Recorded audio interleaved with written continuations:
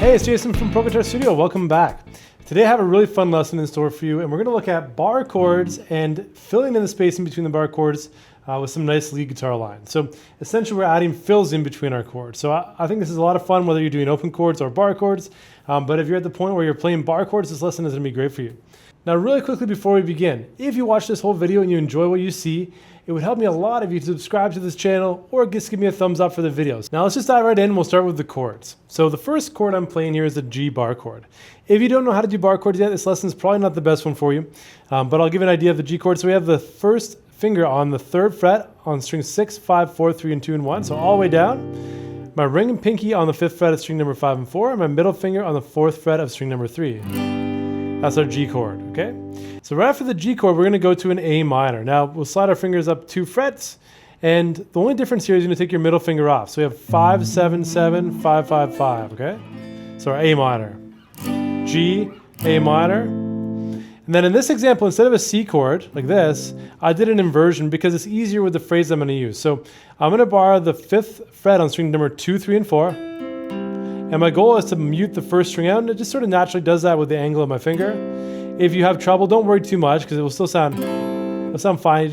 I'm trying to avoid that string, so I'm going to use those 3 strings plus my ring finger on the 7th fret of string number 5. And this chord here is called C over E, or C/E, the way you'd see it written down. So C over E. The next chord is going to be a D7, just a 3-string chord. I'm going to go 5 on the 5th string, 4 on the 4th string, and 5 on the 3rd string. And my fingers are sort of muting the other strings surrounding it. So my middle finger is muting string 6, my ring finger is muting string number 2. That's how you can get away with only playing 3 strings and strumming them all. All right, so G again, A minor, C over E, D7. All right, so I'm gonna start off with my G chord, and I'm gonna go down, up, down, up. So down, up, and then I'm gonna relax my fingers and go down, up, down as a scratch strum. So 4 strums, right? And then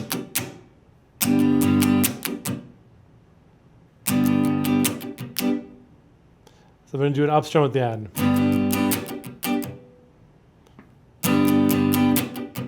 All right, so that up strum just hits the chord. Down, up, up. And then I'm going to do my phrase, okay? So I'm going to go hammer on from 5 to 7 on the A string. Back to 5. To 7 on the 6th string. And then 3rd fret on string number 6. Now this right here, essentially, we're going to play an E note, but then we're going to follow it up with the G major triad. So the notes in the G major chord. So this is a little bit of tension, followed by the chord tones. So they're going to A minor. Same strumming pattern there. And after that strumming pattern on the A minor, I'm going to play 7 on string number 4, to 5, 7, 9, 7, 5. And I do a pull off. So 7 pull up to 5, 7 slide to 9, and then 7 pull up to 5. So there's a.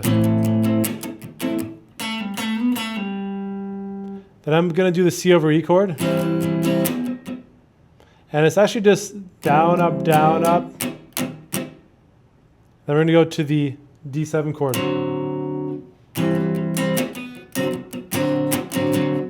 And for the D7, I change it up a bit because it's the second half where I'm usually playing a phrase, right? So up, up, down,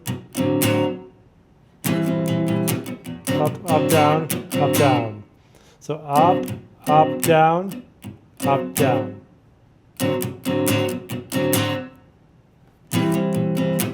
Up, down, up, down. And then we're going to go to the G chord. Now for this G chord, we're not going to hit the actual up strum. So usually it's down, up, down, up, up. We're going to go down, up, down, up. And then do the down, up, down scratch strum.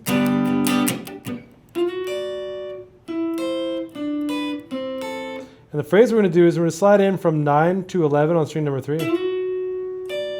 to fret number 10 on the first string. Then we're going to do 9 and 8, 7 and 7, 5 and 5. These are 6 intervals, so there are 6 notes apart in the major scale. And if you think about this first one here, if you had a bar chord up here, the D bar chord, this outlines 2 of the notes from that chord. So that's why it sounds really good.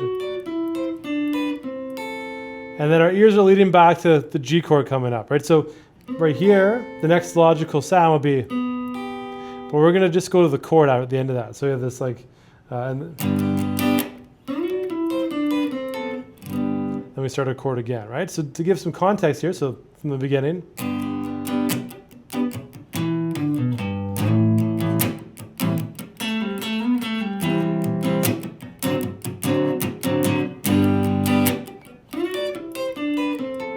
So slowing it down, G.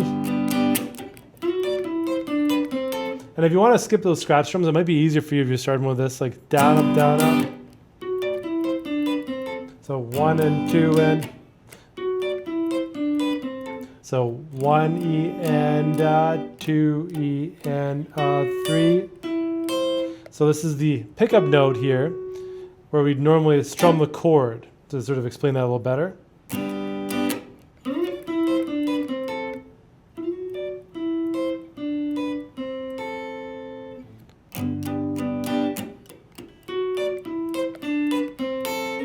All right, so hopefully that made sense there, explaining it, but 1 E and 2 E and 3. Okay, so to start off.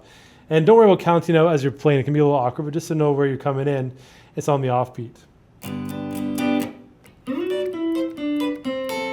All right, so from the start again.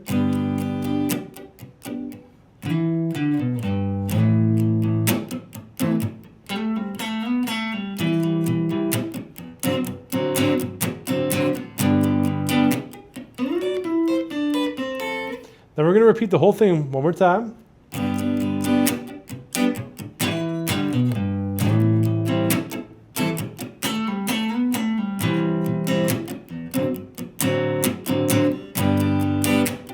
And then the 6 intervals I'm doing now are going to be 14 and 14. Same timing. 12 and 12. 10, 11 and 10. And then 9 and 8. And then for the solo, I started on the 7th fret of string number 3, okay? So I'm not going to go through the solo because it was improvised, but I end up at the end here. That's my first note. It's from the first chord, the G chord. And so that whole thing was playing in terms of the intro, like playing through that, the introduction to the solo, so I knew where I was going to start. And I typically like to do that. I like to plan out where I'm going to actually start my improvisation so that I can actually have an idea of what the first note is going to be. And I could have gone from... and done the whole 6 interval thing, but I just ended up in that improvisation for whatever reason. I did that one note, the 7th fret on string number 3. All right, so the second time around.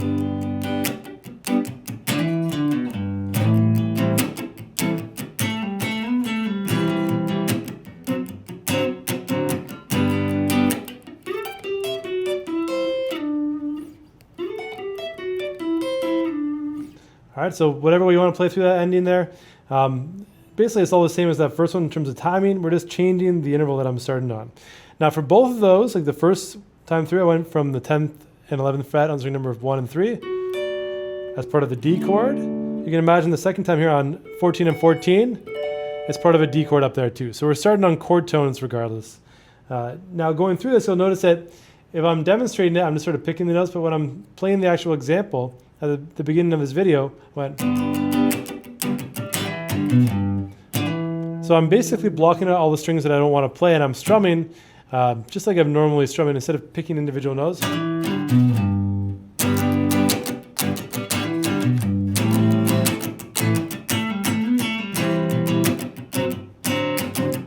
I switch it up at the end.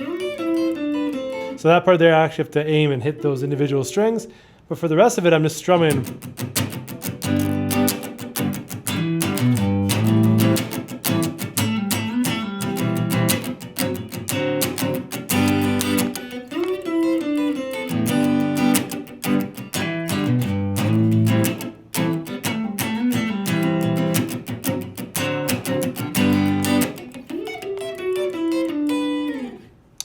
All right, so there you go. A really fun exercise with bar chords and single notes in between. Feel free to change those notes up as well. So if you want to play with the progression, change the notes up that you're playing in between it. Skip chords and just play a little solo. So whatever you can do to go between rhythm guitar and lead guitar. So we're integrating those two different skills, which typically when you're learning them, they're separate, but eventually we want to be able to integrate them, especially if you're playing in a band or with a group where it's only one guitarist, right? You want to handle both of those duties. So if you have any questions about this, let me know in the comments below. But I hope you enjoyed it, and I'll see you soon.